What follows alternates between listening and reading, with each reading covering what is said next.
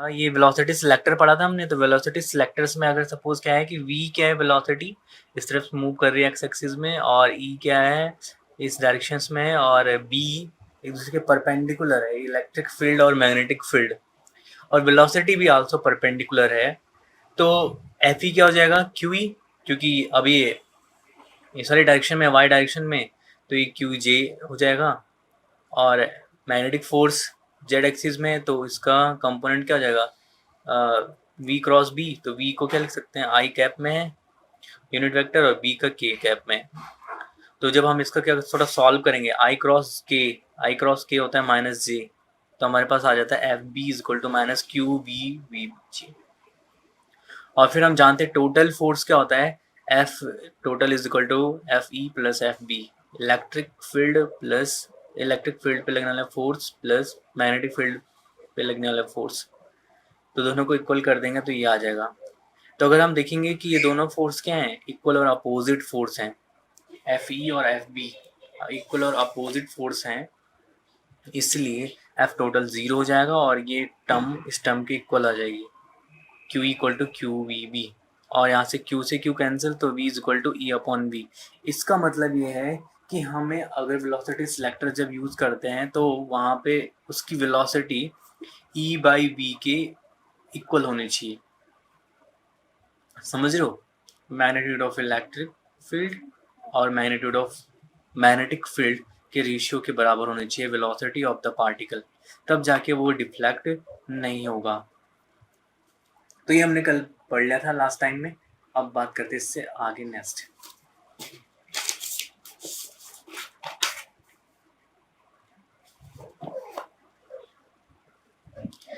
This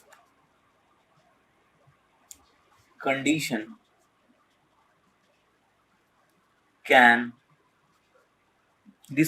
can be used to select charged particle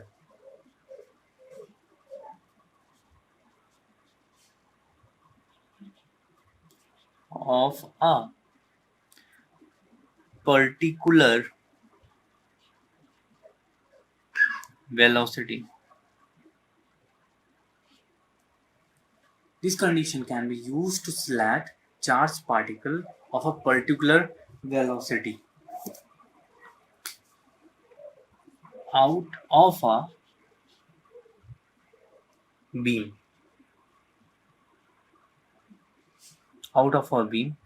containing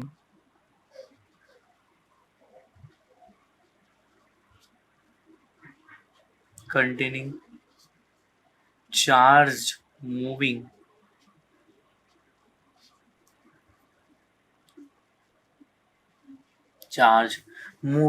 with different speed.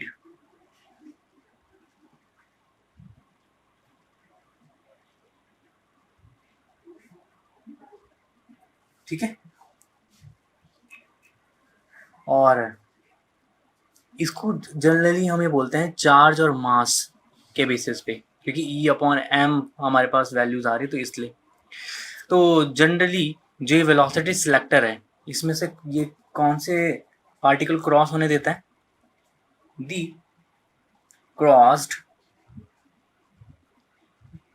Electric field and magnetic field therefore serve as a velocity selector। एक velocity selector की तरह इनको हम use करते हैं। और कौन से particle,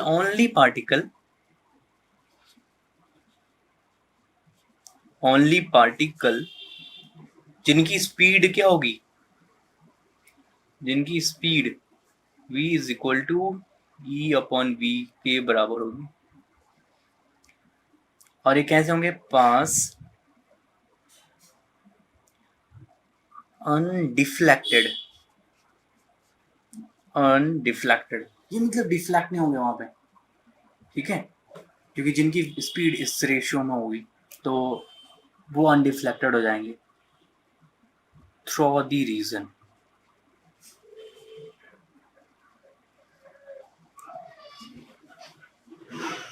through the region cross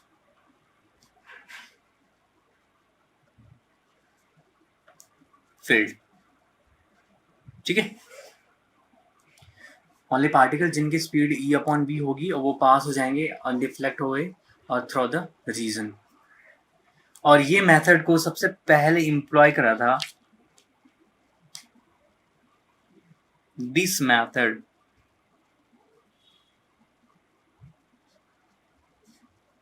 employed, ये मेथड एम्प्लॉयड करा था किसने? आप उनका नाम जानते हैं, जे थॉमसन, जे थॉमसन इन 1897। जे थॉमसन ने इस मेथड को एम्प्लॉय करा था और मेजर करा था किसको? Measure the E upon M, measure the E upon M means charge to mass ratio।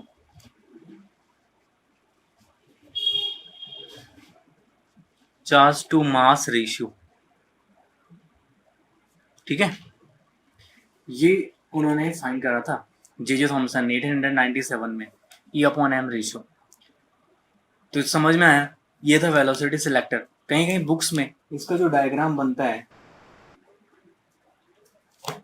वो आपका कुछ ऐसा होता है कि दो चार्ज प्लेट हैं, एक में पॉजिटिव, एक में positive positive positive positive positive, और एक में ये ऐसे नेगेटिव प्लेट्स रहेंगी, और इनके बीच हमारे पास क्या रहेगा? ये मैग्नेटिक फील्ड, ये मैग्नेटिक फील्ड। और ये वेलोसिटी से, इस वेलोसिटी से आएगा मूव के यहाँ से पास हो जाए, मतलब डिफ्लेक्ट ना हो कोई भी, तो इसकी वेलोसिटी कितनी होनी चाहिए? ई बाई वी होनी चाहिए। चार्ज पार्टिकल एकदम से आसानी से मूव हो जाए इस फील्ड से, इन दोनों फील्ड से। और ये दोनों फील्ड कैसे होंगे? एक दूसरे के परपेंडिकुलर। तो ये मेथड इम्प्लाई करा था जे थॉमसन साहब ने 1897 में, और इनके थ्रू मेजर हुआ था E by M value, E by M ratio, electron का चार्ज और मास रेशियो, जो हमने कल बताया भी था, कितना था वो? 8.8 समथिंग, है ना। तो इसके लिए इनको नोबेल प्राइज भी मिला था, ये वेलोसिटी सिलेक्टर्स फाइंड करने के लिए। तो ये एक्सपेरिमेंटल प्रूफ है ये, ठीक है। तो यहाँ तक किसको समझ में आ? देखो, cyclotron, cyclotron is a machine to accelerate charge particles और आयंस टू हाई एनर्जी। एक ऐसी मशीन है जो क्या करती है? चार्ज पार्टिकल्स को एक्सेलरेट करती है, ठीक है, और यह हाई एनर्जीज, आयंस को हाई एनर्जीज में एक्सेलरेट करती है। हाँ, वो भी हो जाएगा। और ये इन्वेंट करा था दो साइंटिस्ट थे, ईओ लॉरेंस और एमएस लिविंगस्टोन ने 1934 में। साइक्लोट्रॉन्स में क्या होते हैं? दोनों इलेक्ट्रिक और मैग्नेटिक फील्ड्स कंबाइंड होते हैं, और जो क्या करते हैं? इंक्रीज करते हैं चार्ज पार्टिकल्स की एनर्जी को। और इलेक्ट्रिक और मैग्नेटिक फील्ड हमेशा परपेंडिकुलर होते हैं, और इसलिए इनको कहा जाता है क्रॉस फील्ड्स, ठीक है। E and B are perpendicular each other. Cyclotron का स्ट्रक्चर्स कैसा है? यहाँ पे आपके पास क्या होता है? इस तरह से डी शेप की दो मेटल कंटेनर होते हैं, और उनके बीच में क्यू चार्ज होता है, और ये क्या है? आपका ऑसिलेटर से कनेक्टेड रहते हैं, जो कि इलेक्ट्रिक फील्ड जनरेट करता है यहाँ पे। और ये जो डॉटेड पॉइंट्स हैं, ये हैं आपके magnetic field out of the paper, ठीक है। और ये क्या है? डिफ्लेक्शन प्लेट, कि जब कोई चार्ज पार्टिकल यहाँ से मोशन करता हुआ आगे बढ़ेगा, तो आगे डिफ्लेक्शन प्लेट से होते सीधे टारगेट में पहुंच जाएगा। तो बस इतना ही काम है इसका। तो साइक्लोट्रॉन के बारे में थोड़ा सा समझ में आया? हाँ ना बोलो। इसको बोलते हैं हम एग्जिट पोर्ट, एग्जिट पोर्ट। तो अगर मैं पूछूं कि साइक्लोट्रॉन्स का काम क्या है, क्या है साइक्लोट्रॉन का काम? चार्ज को, साइक्लोट्रॉन का काम क्या है? चार्ज को क्या करना? अरे बोलो भाई। अरे हाँ ना बोलो। चार्ज को क्या करता है ये? एक्सेलरेट करता है। और आयंस को भी हाई एनर्जी में एक्सेलरेट करता है। कौन सी एनर्जी में? अरे बोल। हाई एनर्जी में। और D1 और D2 को क्या बोलते हैं? डीज। क्या कहते हैं इन सेमी सर्कुलर डिस्क को? डीज कहते हैं, डीज, क्योंकि इनका लेटर डी की तरह दिखने की वजह से।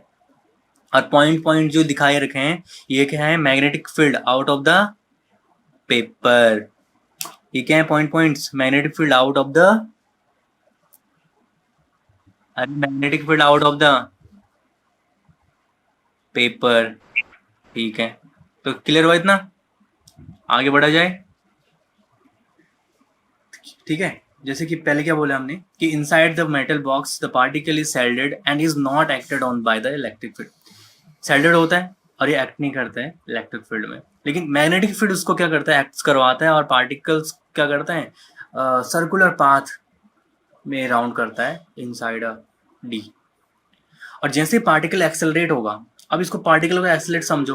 अब तुम्हें गोल गोल गोल गोल गोल गोल घुमाया जाए, समझ रहे हो? हाँ ना बोलो जरा। अगर तुम्हें पकड़ के ऐसा गोल गोल गोल गोल घुमाया जाएगा तो तुम एक टाइम में ऐसा हो जाएगा ना, एक्सेलरेट हो जाओगे कि नहीं हो जाओगे? तो वहां पे इलेक्ट्रिक और मैग्नेटिक फील्ड्स क्या करते हैं? वही काम करते हैं। चार्ज को इतना ज्यादा राउंड घुमा लेते हैं वहां डीज के अंदर कि वो एक्सेलरेट हो जाते हैं। और जब एक्सेलरेट हो जाता है तो चार्ज क्या है? सर्कुलर मोशन में ऑफ द पार्टिकल चार्ज क्या हो जाता है? Circular motion of the particle acceleration.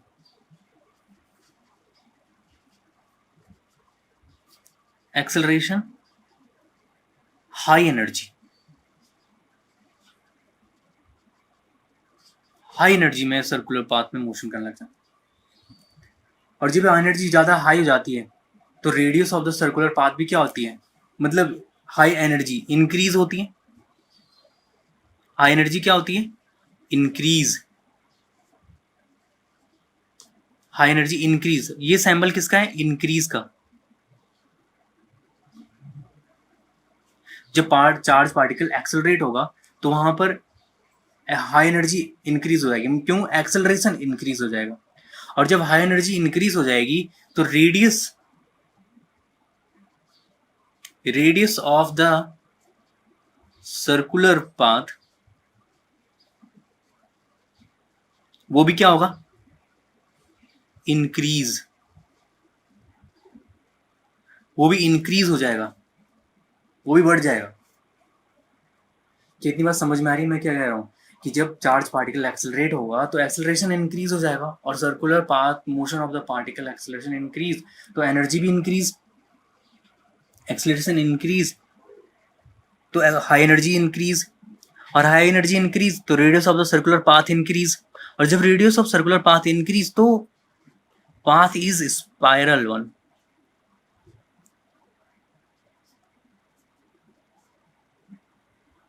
Path is a spiral one. अब ये पाथ कैसे स्पाइरल की तरह हो जाएगा? और फिर जब एकदम से एक्सेलरेट हो जाएगा तो वो कहाँ चल जाएगा? एग्जिट पॉट से बाहर, और चार्ज डिफ्लेक्शन से हटके और टारगेट में पहुंच जाएगा। तो टाइम पीरियड और क्या होगा इसका? उस टाइम पीरियड ऑफ रिवॉल्यूशन, तो चार्ज पार्टिकल जो टाइम पीरियड होगा वो क्या होगा? टी इज इक्वल टू 1/फ्रीक्वेंसी। ये क्या है? फ्रीक्वेंसी 1/न्यू, न्यू सी। और फ्रीक्वेंसी क्या होती है? QB/2πm, तो 2πm ऊपर, 2πm QB। और nu C frequency is equal to हो जाएगा QB/2πm। ये फ्रीक्वेंसी हो जाएगी QB/2πm। समझ रहे हो? और this is called cyclotron frequency. This is called cyclotron frequency. अरे हाँ ना बोलो। तो थोड़ा सा इसके ये वर्किंग है इसकी, ये क्या है इसका जो मैंने स्टार्टिंग ये बताया, ये क्या है, इसको वर्किंग में लिख सकते हो, ये इसका वर्किंग है, वर्किंग।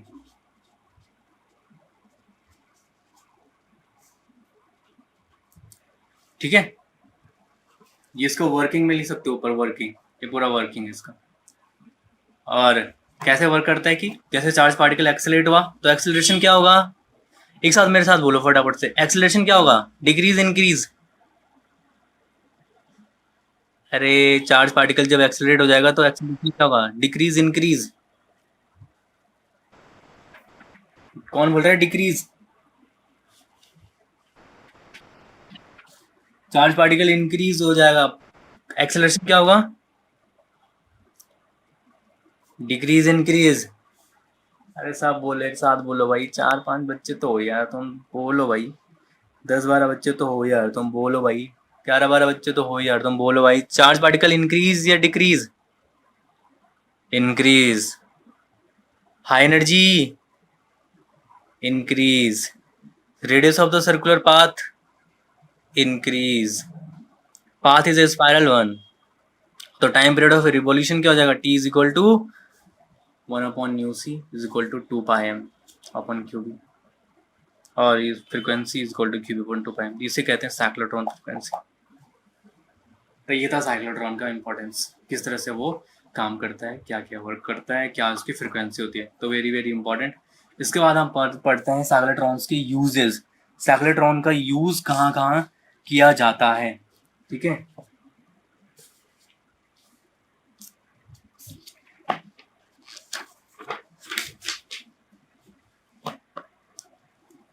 तो इसमें कंडीशन आती है रेजोनेंस कंडीशन, उसको थोड़ा समझ लो, रेजोनेंस कंडीशन। क्या तुमने रेजोनेंस का नाम पहले कभी सुना है, रेजोनेंस का नाम पहले कभी सुना है आपने, अरे हाँ ना बोलो भाई।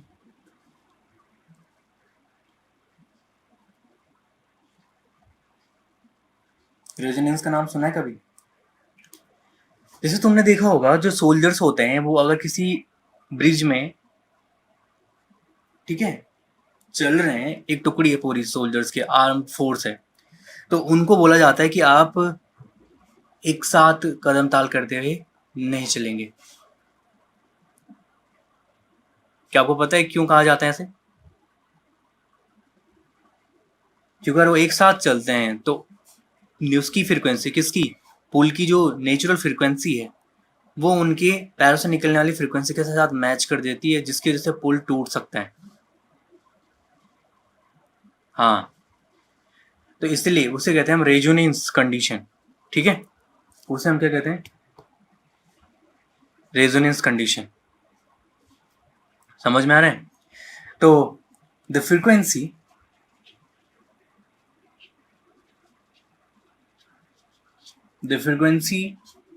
न्यू है, ये कौन सी, ये अप्लाइड वोल्टेज की फ्रीक्वेंसी है, जो वोल्टेज अप्लाइड कर रहे हैं। If the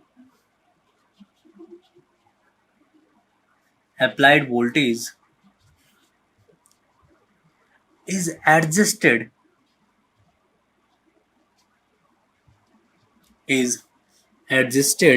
so that the polarity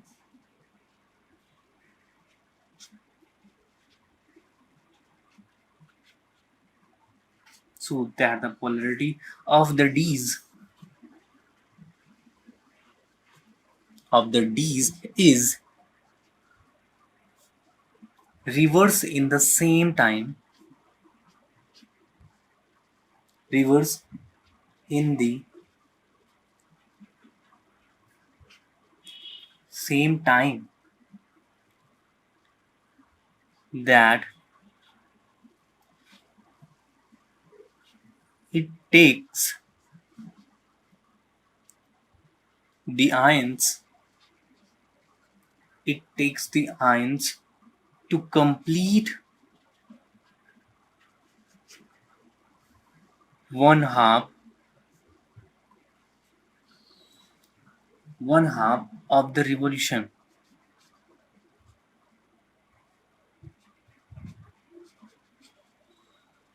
One half of the revolution. The requirement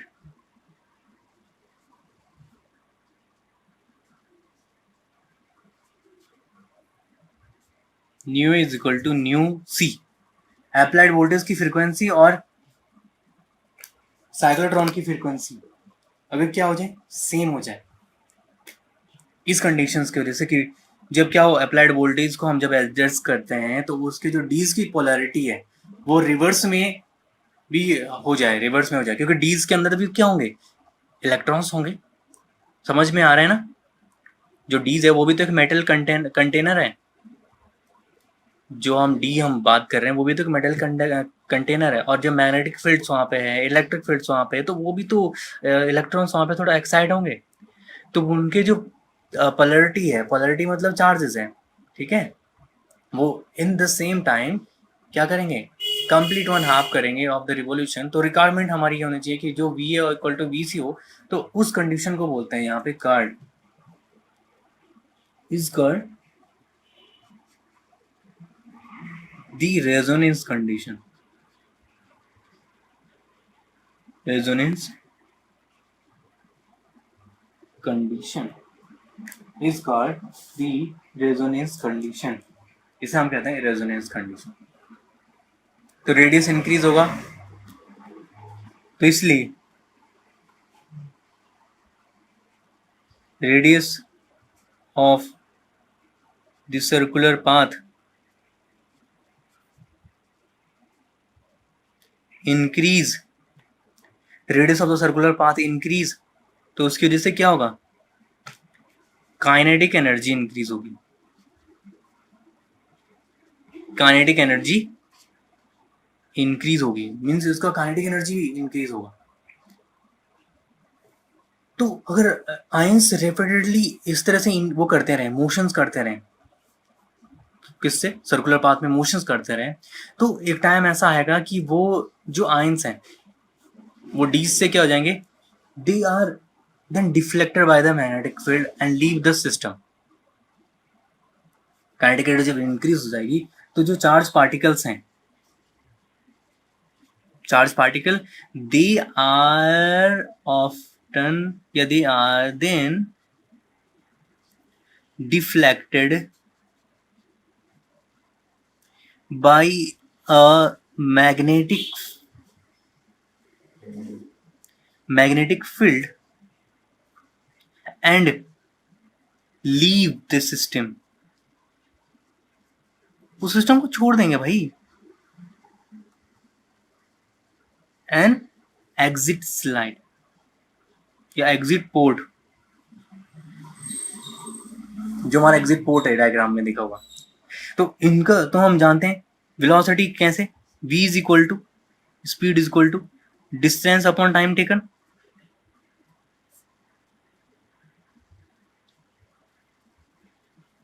distance क्या होगी, डीज की बात हो रही है, तो एक पूरा सर्कुलर पाथ है, उसमें सर्कुलर पाथ में मोशन कर रहा है, तो उसकी डीज का क्या होगी, डिस्टेंस 2 πr, और टाइम क्या होगा, टाइम पीरियड।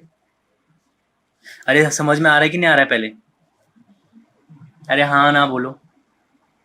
और यहां से t की वैल्यू पुट कर दो, t इज इक्वल टू क्या होता है, 2 πm अपॉन QB, 2 πr, और इस t की वैल्यू होती है 2 πm इंटू, यहाँ पर हो जाएगा QB, ऊपर चल जाएगा, 2 π से 2 π कैंसिल हो जाएगा, तो ये आ जाएगा आपका v is equal to QBr upon m। ये वेलोसिटी आ गई ये वेलोसिटी आ गई, कौन सी वेलोसिटी, कि जो चार्ज पार्टिकल है उसकी वेलोसिटी इतनी होनी चाहिए, तब जाके वो यहाँ से रिवोल्यूशन करता करता मैग्नेटिक फील्ड को डिफ्लेक्ट करेगा और लीव हो जाएगा सिस्टम से, उस डीज से बाहर चल जाएगा। आर क्या है यहाँ पे, what is R, where R is the radius, dees की रेडियस नहीं है, radius of the trajectory at exit,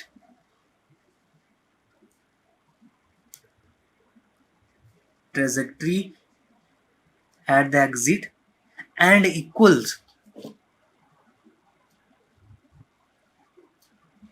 equals the radius of ADs। इसका मतलब समझ रहे हो कि ये ट्रेजेक्ट्री है, ट्रेजेक्ट्री जो बन रही है हमारा वो सर्कुलर स्पाइरल पाथ, ये इसकी क्या है, इसकी रेडियस है यहाँ से जो ट्रेजेक्ट्री बन रही है, और जो इसकी मैक्सिमम रेडियस होगी जब यहाँ से यहाँ तक हो जाएगा तो ये डिफ्लेक्ट होकर बाहर निकल जाएगा, ठीक। तो वो वाली रेडियस है, तब वो डीज के रेडियस के इक्वल हो जाएगी। तो इस कंडीशन में hence the kinetic energy of ions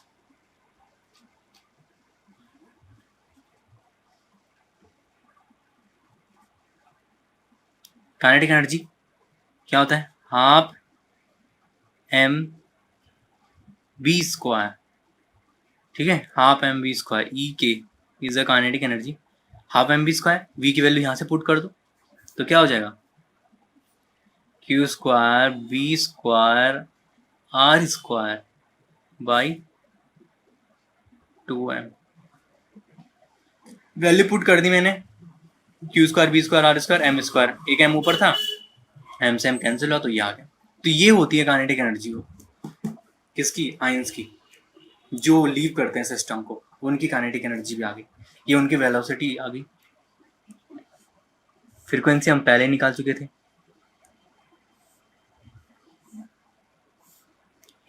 ये कितनी बार समझ में आई, हाँ ना बोलो, अरे हाँ ना बोलो, ठीक है। तो ये बहुत इंपॉर्टेंट था। अब इसके थोड़ा सा यूजेस देख लेते हैं कि कहाँ कहाँ हम साइक्लोट्रॉन का यूज करते हैं। लिख लिया होगा, लिख लिया है क्या,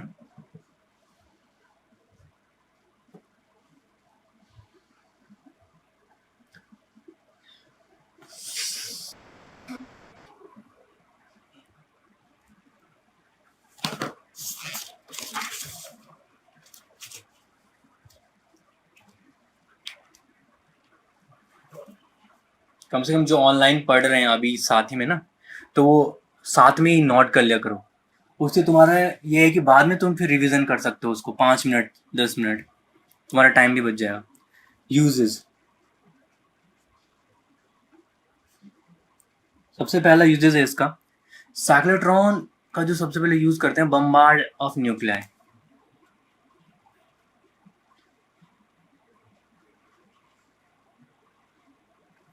Cyclotron is used to bombard nuclei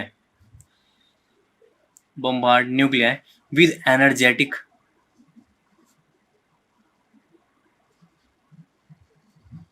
particles।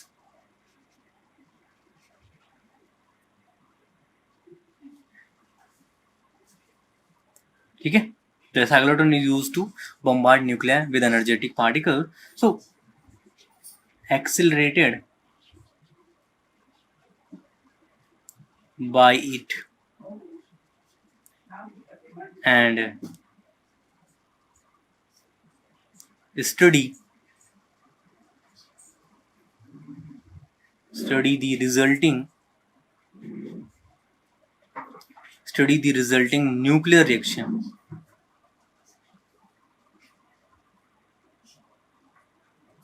and study the resulting nuclear reaction। so nuclear reactions जो होती हैं जितने भी, जैसे यूरेनियम्स का थोरियम्स में और इस तरह से चेंज हो जाना, तो वो सारी न्यूक्लियर रिएक्शंस होती हैं, तो वहाँ पे साइक्लोट्रॉन का यूज़ करते हैं न्यूक्लिया पे बम्बार्डमेंट करने के लिए। नेक्स्ट जो इसका सेकंड यूज़ है वो है implant ions into solids and modify their properties. Solids, अब देखो सॉलिड्स क्या होते हैं, जैसे बहुत सारे रॉक्स हैं, तो रॉक्स में भी क्या होते हैं, कई तरह के एलिमेंट्स होते हैं, ठीक है, जैसे कि SO2 zinc, sulphur, copper, iron, तो कई तरह की चीजें क्या होती हैं रॉक्स में कंबाइंड होती हैं और वो इस तरह से होती हैं इम्प्योरिटी में मिली हुई रहती। तो implant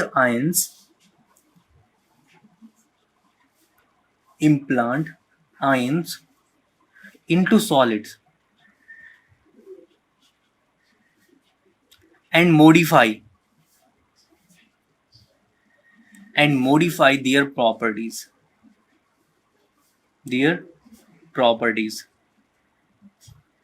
और उनके प्रॉपर्टीज को मॉडिफाई करने के लिए और इवन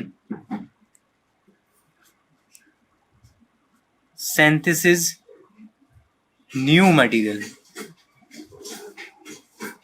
और न्यू मटेरियल को सिंथेसिस करने में भी इनका हम यूज करते हैं। और हॉस्पिटल में भी तुमने देखा होगा, हॉस्पिटल में जो डायग्नोसिस ट्रीटमेंट्स होते हैं जैसे MRI वगैरह हो गया, तो वहाँ पर भी हम साइक्लोट्रॉन्स का यूज़ करते हैं क्योंकि आपको हाई एनर्जी के चार्जेस बम्बार्ड करवाने हैं, एक्सेलरेट करवाने हैं, तो वहाँ पे बहुत ज़्यादा हाई फ्रिक्वेंसी होती है इनकी, तो वहाँ हॉस्पिटल में भी इनका यूज़ करते हैं साइक्लोट्रॉन्स का। It is used in hospital It is used in hospitals to produce radioactive substance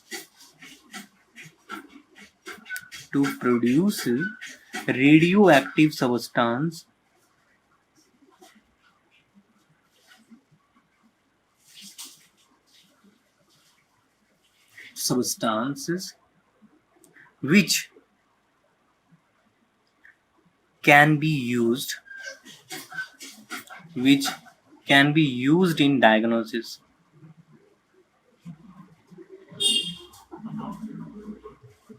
and treatment.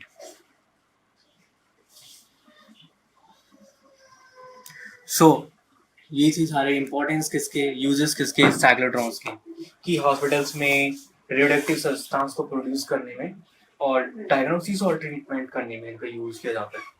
तो ये साइक्लोट्रॉन्स क्या है, वेरी वेरी इंपॉर्टेंट डिवाइसेस, और हमारे इंडिया में बहुत सारी ऐसी प्लेसेस हैं जहाँ पे इस तरह के साइक्लोट्रॉन्स हैं, जैसे कि आपका तमिलनाडु में हो गया और इंडियन IUAC, ठीक है, एक्सेलरेटेड सेंटर जो है दिल्ली में, वहाँ पर भी साइक्लोट्रॉन्स हैं, अलग अलग IIT कानपुर में, तो BHU में, तमिलनाडु में, TIFR में, तो ये यहाँ पे क्या है बहुत सारे एक्सेलरेटेड सेंटर्स हैं वहाँ पे। कई बार जैसे होता है बच्चे जो स्कॉलर्स होते हैं 10th में, जिनकी जब भी हम magnetic field due to a current के एलिमेंट की बात करते हैं तो सबसे खास प्राणी है, उनका नाम है बायोट सेवर्ट।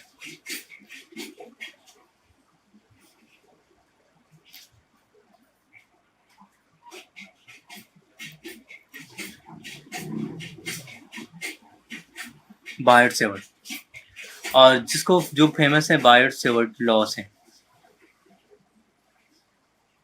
बहुत ही सिंपल भी है और बहुत यूजफुल भी है, क्योंकि आधा से ज़्यादा हमारी चीज़ें, जिस तरह से हमने कूलाम्स लॉ पढ़ा था उसके थ्रू हमने बहुत सारे चीज़ें करी थी इलेक्ट्रोस्टैटिक में, वैसे यहाँ पर इसका जो की पॉइंट है, इसकी जो रूट्स हैं मैग्नेटिक फील्ड की, वो यहाँ से शुरू होती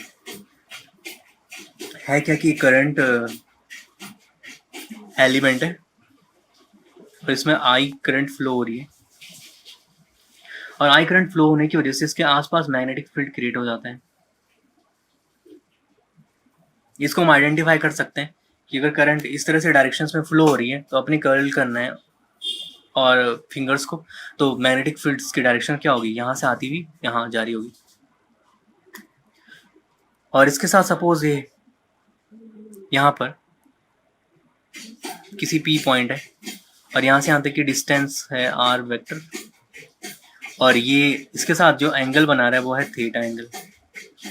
अब ऐसे करंट एलिमेंट्स फिर ये डायरेक्शन से इनफाइनाइट लेंथ का है, और माना कि यहाँ पे इसकी छोटा सा एक एलिमेंट लेते हैं जिसका नाम है DL, क्या लेते हैं DL, और यहाँ पे कोई Q पॉइंट है। यह है कि magnetic field line coming out of the paper और ये क्या गोज इनटू द पेपर। तो P पॉइंट पे आपको मैग्नेटिक फील्ड क्या होगा?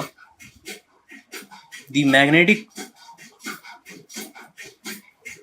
Field the magnetic field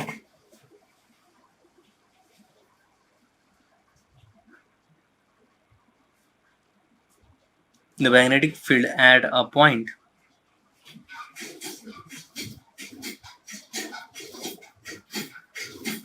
the magnetic field at a point P due to a current element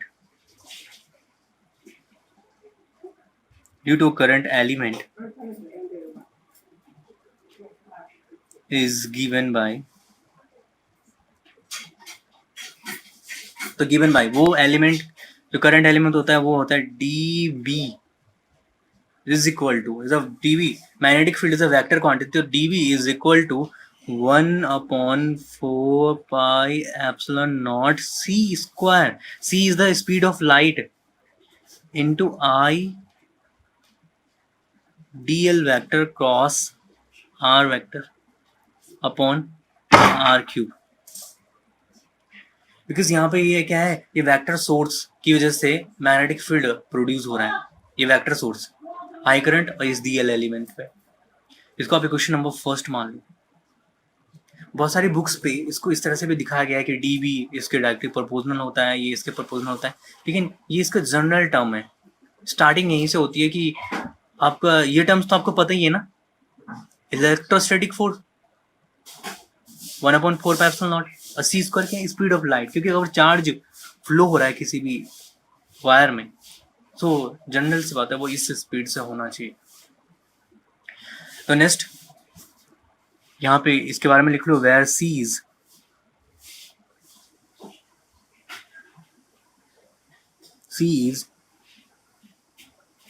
speed of light. ठीक है, where C is speed of light. क्या clear हो रहा है इतना? नेक्स्ट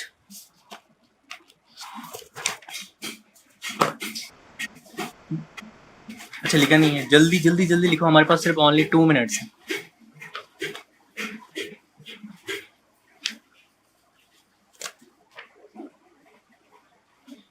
नोट हो गया? हाँ हाँ हाँ जी.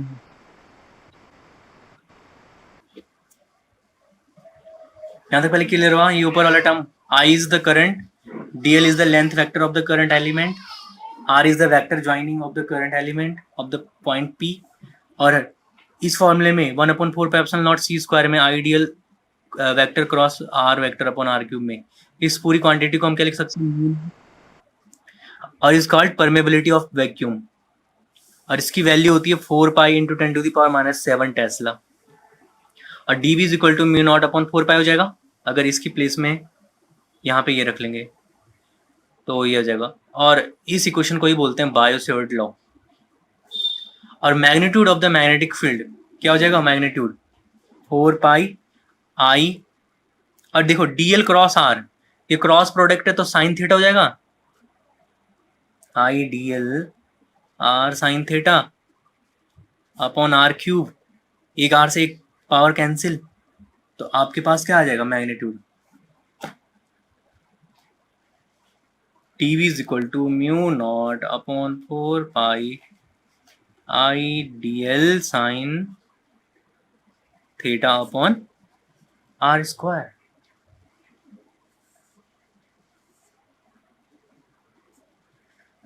Mu naught upon 4 pi I DL sine theta upon R square. This is a very important formula. और where theta is the angle between, किसके बिटवीन एंगल है? DL vector and R vector. DL vector and R vector, ये इनके बीच का angle है theta angle. तो आप इसको यूज करेंगे जब आप मैग्नीट्यूड निकाल रहे होंगे. ठीक है. और नोट में अब आपको इनकी जरूरत पड़ेगी. कहीं पर अगर ऐसा पॉइंट लिखा है तो इसका मतलब क्या है कि मैग्नेटिक फील्ड इसका मीनिंग क्या है? इसका मीनिंग मैग्नेटिक फील्ड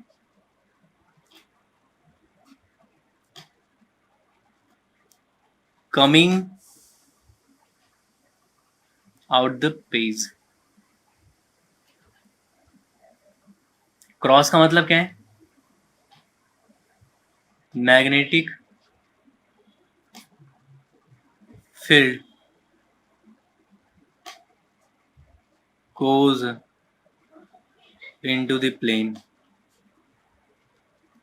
या पेज। ठीक है, प्लेन। क्या कह रहा हूँ मैं, समझ में आ रहा है? क्रॉस, कहीं पर क्रॉस लिखा हुआ है ऐसे, क्योंकि अब हम मैग्नेटिक फील्ड के डायरेक्शंस को यहाँ पे ऐसे नहीं दिखाएंगे, यहाँ बी लिख रहे हैं ऐसे, वहां पर पॉइंट हो सकता है लिखा हुआ, क्रॉस हो सकता है लिखा हुआ। तो बाय शॉर्ट लॉ समझ में आया कि नहीं आया? हाँ ना बोलो।